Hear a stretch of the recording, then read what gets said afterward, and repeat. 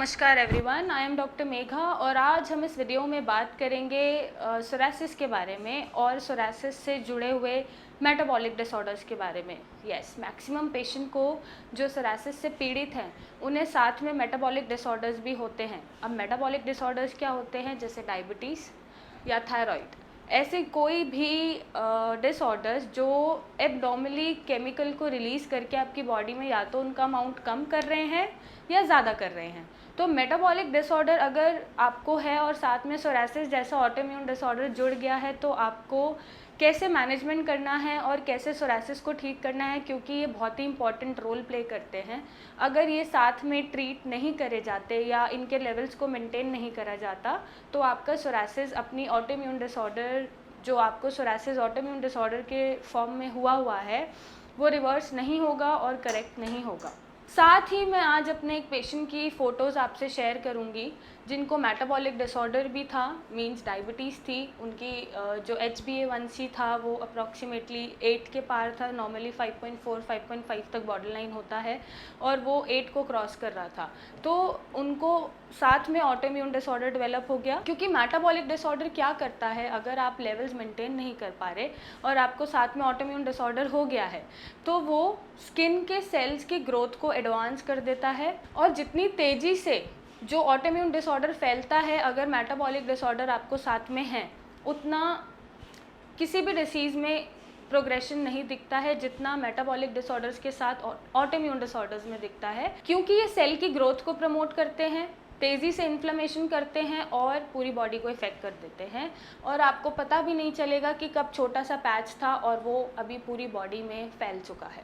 तो अगर आपको सोरासिस को ठीक करना है और साथ में अगर कोई भी ऐसा मेटाबॉलिक डिसऑर्डर है तो उसका भी मैनेजमेंट होना चाहिए, उसको भी साथ में ट्रीट करना चाहिए। तो आज हम इस वीडियो में फ़ोटोज़ देखेंगे पेशेंट की जिनको डायबिटीज़ भी था, HbA1c काफ़ी हाई था और हमने उनको डायबिटीज़ मेंटेन करते करते सोरासिस को ठीक करा है। हार्डली 15-20 दिन उन्होंने मेडिकेशन लिया होगा हमारा, साथ में अपना डायबिटीज़ ठीक करा, जो लेवल्स बढ़े हुए थे शुगर के उनको ठीक करे, मेडिसिन स्टार्ट करी और 15 से 20 दिन में अप्रॉक्सीमेटली उन्हें मोर देन 60-70% रिलीफ आ गया है।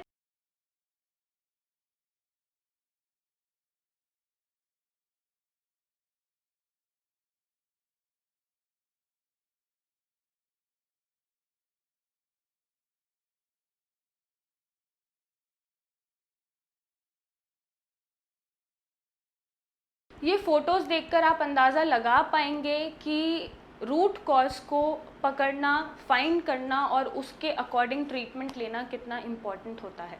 कई बार पेशेंट मिस आउट कर जाते हैं, वो अपनी हिस्ट्री नहीं दे पाते कि उनको शुगर, बीपी या थायराइड या विटामिन डी जैसी कोई मेटाबॉलिक डिसऑर्डर चल रहा है। अगर ये फाइंडिंग्स मिल जाती हैं, पेशेंट अच्छे से हिस्ट्री दे पाते हैं, तो हम साथ में मैनेजमेंट के साथ ऑटोइम्यून डिसऑर्डर को ठीक कर पाते हैं। तो ये फ़ोटोज़ देखकर आपको पता चलेगा कि मेटाबॉलिक डिसऑर्डर्स का कितना इम्पॉर्टेंट रोल प्ले होता है हमारी बॉडी में, क्योंकि किसी भी चीज़ की डेफिशिएंसी या किसी भी चीज़ का ज़्यादा अमाउंट में रिलीज़ होना बॉडी में दोनों ही हानिकारक है। तो अगर हम उनके लेवल्स को नॉर्मल लेवल पे ले आते हैं या नॉर्मल लेवल की रेंज में ले आते हैं, मेंटेन कर पाते हैं, तो आपका जो ऑटोइम्यून डिसऑर्डर है, जो आपको मेटाबॉलिक डिसऑर्डर के साथ हो रहा है, वो ठीक हो जाता है। और ये फ़ोटोज़ देख के आई होप आपको पता चलेगा कि यस, ऑटोइम्यून डिसऑर्डर को ठीक करा जा सकता है, सोरासिस को क्योर करा जा सकता है, रिलीफ पाया जा सकता है। बट ऑफ कोर्स साथ में मैनेजमेंट ज़रूरी है। अगर आपको ऐसी कोई भी फाइंडिंग मिलती है अपनी बॉडी में, शुगर है, थायराइड है या विटामिन डी है या B12 है, ऐसी कोई भी फाइंडिंग मिले और साथ में सोरासिस या ऑटोइम्यून डिसऑर्डर जैसी समस्या डेवलप हो रही हो, तो आपको ये फाइंडिंग्स का पता करना ज़रूरी है। तो ये फाइंडिंग्स आप अपने रेगुलर चेकअप के थ्रू, ब्लड टेस्ट के थ्रू पता कर सकते हैं, हार्मोन प्रोफाइल के थ्रू पता कर सकते हैं और अपने डॉक्टर्स को अच्छे से बता सकते हैं। क्योंकि अगर प्रॉपर हिस्ट्री होगी, प्रॉपर फाइंडिंग होगी, प्रॉपर रूट कॉज पता होगा, तो आपका सोरासिस ठीक किया जा सकता है। मैं ये फ़ोटोज़ पेशेंट्स से कंसर्न करके या पेशेंट का कंसेंट लेके इसलिए आपके साथ शेयर करती हूँ ताकि आपको कॉन्फिडेंस मिले, हमारे ट्रीटमेंट पे ट्रस्ट आए या हम पे ट्रस्ट आए या अपने डॉक्टर्स पे ट्रस्ट आए। अगर वो ट्रीटमेंट सही दे रहे हैं, रूट कॉज पे काम कर रहे हैं, आपकी हिस्ट्री के अकॉर्डिंग आपको मेडिसिन दे रहे हैं, तो यस, सोरासिस को रिवर्स करा जा सकता है, ठीक करा जा सकता है और इससे क्योर लिया जा सकता है। तो आपको ये फ़ोटोज़ देख के एक तो कॉन्फिडेंस भी मिलेगा, पेशेंस भी आएंगे और आप हमारे ट्रीटमेंट पे भरोसा भी कर सकेंगे। तो ये फ़ोटोज़ आप देखिए और पता करिए कि आपको सोरासिस जैसी प्रॉब्लम या ऑटोइम्यून डिसऑर्डर जैसी प्रॉब्लम डेवलप क्यों हुई। हो सकता है आप बहुत साल से शुगर के मरीज़ हो सकता है आपको बहुत साल से थायराइड की प्रॉब्लम हो सकता है कभी आपको टाइफाइड जैसी बीमारी हुई हो या भारी बीमारी हुई हो जिसके कारण आपको स्टीरॉइड्स एंटीबायोटिक्स दिए गए हों, उसके बाद ये समस्या डेवलप हो रही हो सकता है पोस्ट प्रेगनेंसी, जो प्रेगनेंसी या डिलीवरी के टाइम आपको मेडिकेशन दी जाती है उसके बाद ये समस्या डेवलप हो रही हो। अगर ये फाइंडिंग्स हमें मिल जाती हैं तो हम बीमारी का रूट कॉज पकड़ के उन लेवल्स को साथ साथ मैनेज करके आपका सोरासिस ठीक कर पा रहे हैं।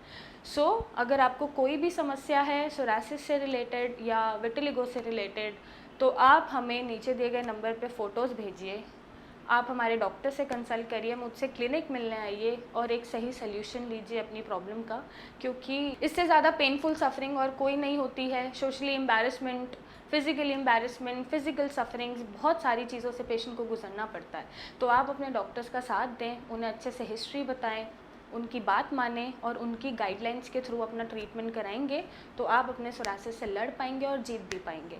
थोड़ा सा पेशेंस ज़रूरी है इस बीमारी में, क्योंकि ये बीमारी ही ऐसी है। अगर आप पेशेंट हैं, आप में सब्र है और अपनी बीमारी से लड़ने की ताकत है तो आप अपने सोरासिस को ठीक कर सकते हैं।